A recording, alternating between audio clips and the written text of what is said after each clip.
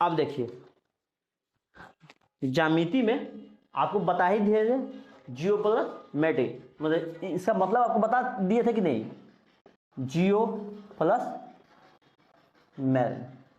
जियो का मतलब क्या होता है भूमि, मैट्रिक का मतलब क्या होता है मापना।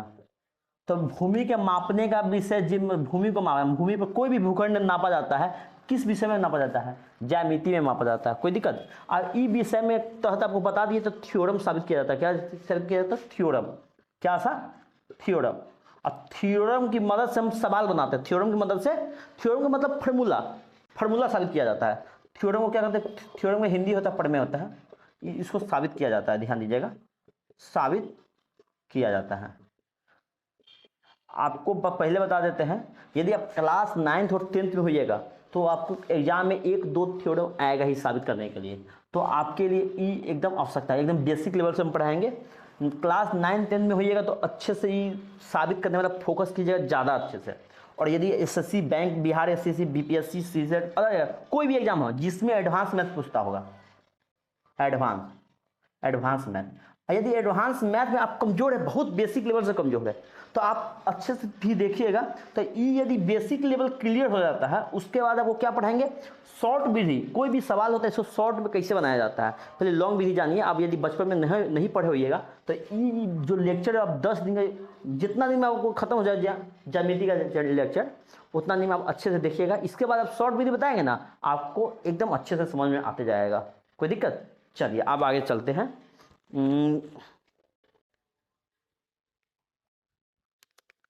अब देखिए आपको पढ़ना क्या है, सबसे बेसिक चीज, सबसे बेसिक फार्मूला आपको पहले बताते हैं क्या चीज का जी होता है। पहले आप देखिएगा, पहले सबसे पहले आपको किरण सरल रेखा, जिसको रेखा भी बोलते हैं, स्ट्रेट लाइन, क्या होता है, स्ट्रेट लाइन, लाइन होता है। किरण का क्या होता है, और ये होता है। अब देखते रहिएगा सरल रेखा। तो ये सब के बारे में आपको बेसिक चीज बताते, थोड़ा मतलब मानिए ना 5-6 मिनट में वीडियो होगा, ये आप अच्छे से देखिए किसको किसको क्या कहते हैं, आप ध्यान दीजिएगा। पहले हम स्ट्रेट लाइन बनाते हैं। स्ट्रेट लाइन, दो बिंदु से जो रेखा जाती है उसको क्या कहते हैं, सरल रेखा, सरल रेखा बोलेंगे, जिसको स्ट्रेट लाइन भी बोलते हैं, या इसको लाइन भी बोलते हैं। क्या बोलते हैं, लाइन।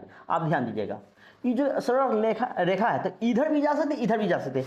ये आगे की तरफ जा सकती है या इधर की तरफ जा सकती है, ध्यान दीजिएगा। हम क्या बोले हैं, रेखा। रेखा के इंग्लिश होता है लाइन, यानी सरल रेखा।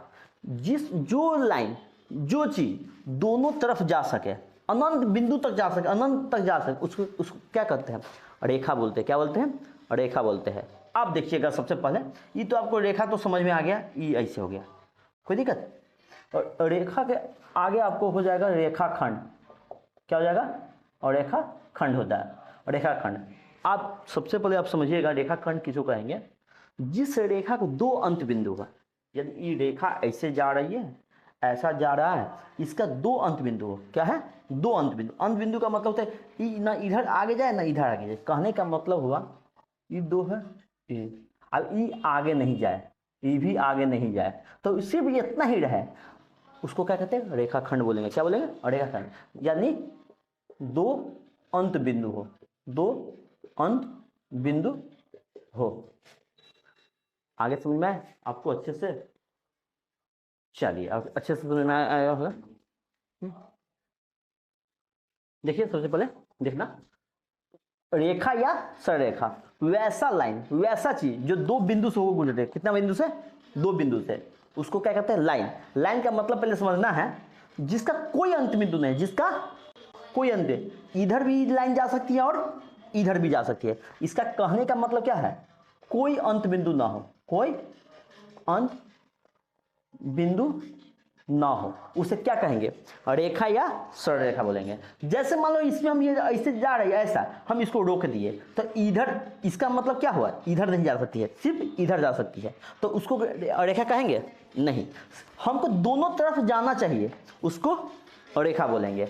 आप देख लो ध्यान से, किरण, कौन सा, किरण। किरण की इंग्लिश होता है रे, होता है। क्या होता है, रे। जिस रेखा का एक अंत बिंदु हो, कितना अंत बिंदु हो, एक अंत बिंदु हुआ। अब देखना, रेखा जा रही है, ई ऐसे जा रहा है या ऐसा जा रहा है, इधर भी जाएगी और इधर भी जाएगी, लेकिन हम एक तरफ को रोक दिए, कहने का इधर अब नहीं जाए, सिर्फ इधर ही जाए। तो इस लाइन का क्या अंत बिंदु हो, एक अंत बिंदु है। जिसका एक अंत बिंदु है इसको क्या कहेंगे, किरण। कोई एक अंत बिंदु हो उसे क्या कहेंगे, किरण। कोई दिक्कत, आप देखो समझे। अरेखाखंड, अरेखाखंड का होता है इंग्लिश में क्या होता है, लाइन सेगमेंट। क्या होता है, लाइन सेगमेंट। जिस रेखा का दो अंत बिंदु, कितना बिंदु है, दो अंत बिंदु है। जिस रेखा का कितना अंत बिंदु है, दो अंत बिंदु है। जैसे ई रेखा जा रही है, ऐसा जा रहा है, इधर भी जाएगी और इधर भी, हम इधर से भी रोक दिए और इधर से भी रोक दिए, ना इधर जा सकती है ना इधर जा सकती है। तो ई बता इसका अंत बिंदु कितना है, एक दो हुआ। तो कहने का मतलब जिसका दो अंत बिंदु हो उसे क्या कहेंगे। कोई दिक्कत, इस सबसे पहले बेसिक, जिसका कोई अंत बिंदु ना है उसे रेखा या सरल रेखा कहते हैं, जिसको हिंदी में लाइन या स्ट्रेट लाइन बोलेंगे। किरण, अरे जिसको बोलते हैं किरण किसे कहेंगे, जिसका सिर्फ एक अंत बिंदु हो, कितना हो, एक अंत बिंदु, उसको क्या कहेंगे, किरण। और जिसका कोई अंत बिंदु ना हो उसको क्या कहेंगे, सॉरी, जिसका दो अंत बिंदु, हम गलती बोल रहे, जिसका दो अंत बिंदु है, दो अंत बिंदु है, ए है और बी है। एक बात जा सकती है कोई लाइन, नहीं, इधर भी जा सकती है, इसको क्या कहेंगे, आप बताना। ऐसे लाइन ऐसा जा रही है, इस शिव रुका हुआ, इसको क्या कहेंगे, किरण। इसको क्या कहेंगे, किरण। अब ऐसा जा रहा है, ऐसा भी जा रहा है, ऐसा भी, इसको क्या कहेंगे, रेखा बोलेंगे। क्या बोलेंगे, रेखा। ना इधर जाएगा ना इधर जाएगा, इसको क्या कहेंगे, रेखा कहेंगे। इतना तो समझ में आ गया। चलो इतना समझ में, आप बेसिक चीज और बता। आप पढ़ाते हैं कोण, आप किसके बारे में, कोण के बारे में, एंगल के बारे में, जिसको कोण को इंग्लिश में बोलते हैं एंगल। सबसे पहले समझना है कोण क्या है, सबसे पहले को समझना है कोण क्या है, एंगल क्या है। दो रेखा, दो रेखा जहां पे मिलती है, दो रेखा जहां पे मिलेगा, जो झुकाव पैदा होता है उसको क्या कहते हैं, कोण कहेंगे। जैसे एक लाइन ऐसे मिला, एक लाइन ऐसे मिला, इस बिंदु पे मिला, तो इस बिंदु पे क्या होता है, कोण हुआ। ये क्या है, कोण है। तो ओ क्या है, ओ पे क्या बना, कोण बना। जैसे ई ऐसा लाइन, ई ऐसा लाइन, यहां पे कोण हुआ, दो लाइन मिला कि नहीं। तो इसलिए कहा जाता है दो रेखा जहां मिलती है उस मिलती है और जो जहां पे झुकाव पैदा होता है, जहां पे झुकाव, झुकाव ये हो रहा है कि नहीं, झुकाव। जैसे दो गो दीवार जहां मिला, जो कोना बना, कोना को देहाती में कोना बोलते हैं और किताबी भाषा में क्या बोलेंगे, कोण बोलेंगे। जहां पे झुकाव पैदा हुआ उसे क्या कहेंगे, उसे क्या कहेंगे, कोण कहते हैं। कोई दिक्कत, दो दीवार या दो रेखा जहां पे मिलेगा उस बिंदु को क्या कहेंगे, कोण कहेंगे। आप समझना, ये तो समझ में आ गए हो। अब इसको क्लीन कर देता हूं। आप कोण के प्रकार कितना होता है, कोण का प्रकार, कोण का बहुत टाइप का कोण होगा ना। देखो जैसे एक कोण ऐसा हो सकता है, एक कोण ऐसा हो सकता है, एक कोण ऐसा हो सकता है, एक कोण ऐसा हो सकता है, एक कोण ऐसा हो सकता है, एक कोण ऐसा हो सकता है। बहुत टाइप का कोण होगा, लेकिन कुछ तो कुछ नाम तो होगा ना। आप समझो पहले, कोण के प्रकार, कोण के प्रकार आप समझना है। सबसे पहले हम बोलेंगे न्यून कोण, न्यून कोण। ध्यान देना, न्यून कोण किसे कहेंगे, जिस कोण का मान 90 से कम हो, 90 से कम हो। जैसे ध्यान देना, एक लाइन ऐसा हुआ, एक लाइन ऐसा हुआ, इसका मान 30 डिग्री है, क्या ये 90 से कम है कि नहीं। तो 90 से कम उसको क्या कहेंगे, न्यून कोण। तो हम यदि थीटा, ये जो कोण है, मतलब कोण का मान 90 से कम, 90 से कम हो, उस कोण को क्या कहेंगे, न्यून कोण। जैसे इस कोण का मान 80 डिग्री, क्या 90 से कम है कि नहीं। तो ये कोण क्या हो गया, क्या हो गया, न्यून कोण। आप देखो ध्यान से, ई कोण इसका मान थीटा डिग्री है और थीटा का मान 70 डिग्री है। कितना है? 70। क्या थीटा न्यून कोण होगा कि नहीं? क्यों? इसका मान कितना है? 70 डिग्री। और न्यून कोण किसे कहेंगे? जिस कोण का माप 90 डिग्री से कम हो उसको क्या कहेंगे? न्यून कोण कहेंगे। कोई दिक्कत? चलो आप देखो ध्यान से, ये समझ में आ गया। न्यून कोण के बाद होता है समकोण। क्या होता है? समकोण। समकोण। देखो समकोण हो गया जिस कोण का मान 90 डिग्री हो, जिस कोण का मान 90 डिग्री हो उसे क्या कहेंगे? समकोण। कोण का माप कितना हो? 90 डिग्री हो। जैसे ई 90 डिग्री हो तो इस कोण को क्या बोलेंगे? समकोण। या ऐसा 90 डिग्री हो इसको क्या बोलेंगे? या ऐसा 90 डिग्री इसको क्या बोलेंगे? या ऐसा 90 डिग्री हो इसको क्या कहेंगे? समझ में आया? या मान लो ऐसा है, इसका थीटा मान है, थीटा का 90 डिग्री है तो वो कौन हो जाएगा? समझ में आया कि नहीं? अच्छे से आप देखो। सबसे पहले आप यदि हो गया अधिक कोण, क्या हो गया? अधिक कोण। अधिक कोण जिस कोण की मान 90 से ज्यादा हो, 180 से कम हो।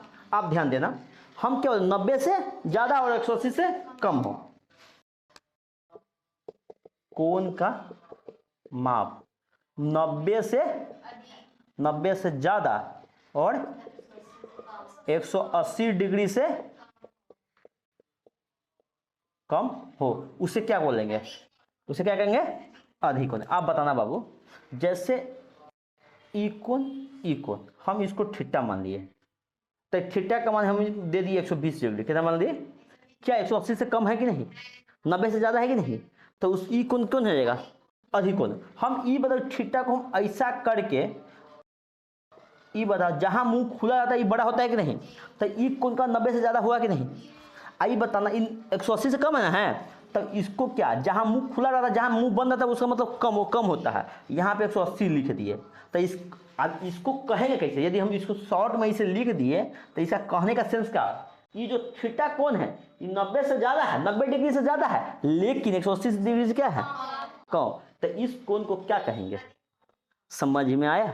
तो कोई दिक्कत नहीं। आप देखो यहीं पे यदि हम थीटा बराबर 90 डिग्री लिख दिए तो कौन सा कोण? या लिख दिए ये जो थीटा का मान है ये 0 डिग्री से ज्यादा है और 90 डिग्री से कम है। अब हम क्या बोले? जिस कोण की मान 90 से कम हो और 0 से ज्यादा हो उसको क्या कहेंगे? न्यून कोण। न्यून कोण कहते हैं जिस कोण की मान 90 डिग्री हो। कोण की माप उसे क्या कहेंगे? समकोण। जिस कोण की माप 90 से ज्यादा और 180 से कम हो उसे क्या कहेंगे? तो जहां मुंह बंद रहता है उसको कम ना कहेंगे, और जहां मुंह खुला रहता है वो अधिक होता है। तो ये थीटा से 180 कम हुआ कि नहीं? ये तो कम ना हुआ। समझ में आया? ये 90 से क्या है? ज्यादा है। जैसे ऐसे ये 170 डिग्री, क्या ये न्यून कोण है कि नहीं? सॉरी अधिक कोण है कि नहीं? समझ में आया? चलो बहुत बढ़िया, इतना आ गया। अब आगे समझना है ध्यान से, इतना अच्छे से लिख भी लेना। क्लीन कर दे।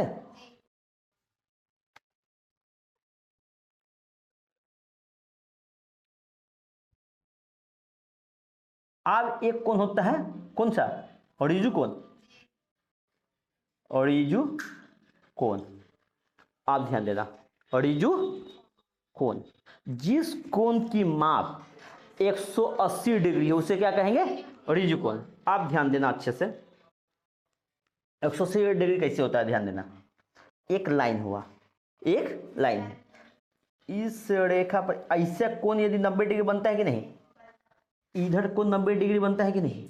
तो 90 डिग्री प्लस 90 डिग्री बराबर कितना? कोई दिक्कत? तो ये बताओ, इसी बिंदु पे ना बना, तो इस कोण को तो ऐसे ही दिखाने के लिए तो ऐसे ही नहीं कर सकते हैं ये 180 डिग्री। तो कहने का मतलब हुआ एक लाइन पर एक और बना कोण 180 डिग्री होता है कि नहीं? समझ में आया? ये बताओ जिस कोण की माप 180 डिग्री है उसको क्या कहेंगे? तो थीटा बराबर कितना हो उसे क्या कहेंगे? ओरिजु। समझ में आया? चलो आगे देखो ध्यान से। अब एक कोण होता है पुनःयुक्त कोण, कौन सा होता है? पुनः, यही होता है ना, पुनःयुक्त कोण होता है, ध्यान देना, यही चाहिए ना होता है। जिस कोण की माप 180 से ज्यादा हो और 90 सॉरी 360 से कम हो, 360 से कम हो, इसको क्या कहते हैं? पुनःयुक्त कोण। आप ध्यान देना, हम बोले हैं ये बताओ इस लाइन पे बना कोण कितना होता है? 180 होता है। अब बताओ इस ये जो दो लाइन हुआ, ध्यान देना, एक लाइन ऐसा हुआ और एक लाइन इधर बढ़ा दिया, तो यही पे ना 100, तो ये जैसे 180 से ज़्यादा, 180 का मतलब ये लाइन थोड़ा इधर आएगा, ऐसे आएगा कि नहीं? आप देखो इस, यही ना कोण बना। यदि ई कोण का मान 220 डिग्री है, कितना है? क्या 180 से ज़्यादा है कि नहीं? 360 से कम है कि नहीं? तो ई कोण को क्या बोलेंगे? समझ में आया? आप देखो थीटा का मान 180 डिग्री से ज़्यादा और 360 डिग्री से क्या हो, समझ में आया? तो इसको हम परिभाषा कैसे लिखेंगे? जिस कोण की माप 180 डिग्री से ज़्यादा और 360 डिग्री से कम हो, उस कोण को पुनःयुक्त कोण कहेंगे। जैसे इसको बोल दिए 320 डिग्री, तो ये क्या ये पुनःयुक्त कोण है कि नहीं? 360 से कम है ना, है, 180 से ज़्यादा ही है ना, समझ में आया? अच्छे से आप देखो ध्यान से। अब एक होता है पूर्ण कोण, पूर्ण कोण होता है पूर्ण कोण। आप ध्यान देना, जिस कोण की माप 360 डिग्री हो, कितना हो? 360 डिग्री हो, ध्यान देना 360 डिग्री हो। आप ध्यान देना, इस रेखा पर बना कोण 180 डिग्री होता है और इधर भी का बना कोण कितना होता है? कोई दिक्कत? तो कहने का सर एक बिंदु पर बना कोण, तो एक बिंदु पर बना कोण कितना हो गया? 360 डिग्री। तो अब एक कहा जाता है एक लाइन पर एक लाइन पर एक ही ओर बना कोण कितना होता है? 180 डिग्री, और एक बिंदु पर बना कोण कितना होता है? 360 डिग्री। एग्जाम में भी आता है, कितना होता है? 360 डिग्री। तो हम इसको परिभाषा के रूप में कैसे लिखें? जिस कोण की माप 360 डिग्री हो, जिस कोण की माप, तो थीटा का मान कितना हो? 360 डिग्री हो, तो इसको क्या बोले? जिस कोण की माप 360 डिग्री हो, उस कोण को क्या कहेंगे? समझ में आया अच्छे से? चलो इतना लिख लेना।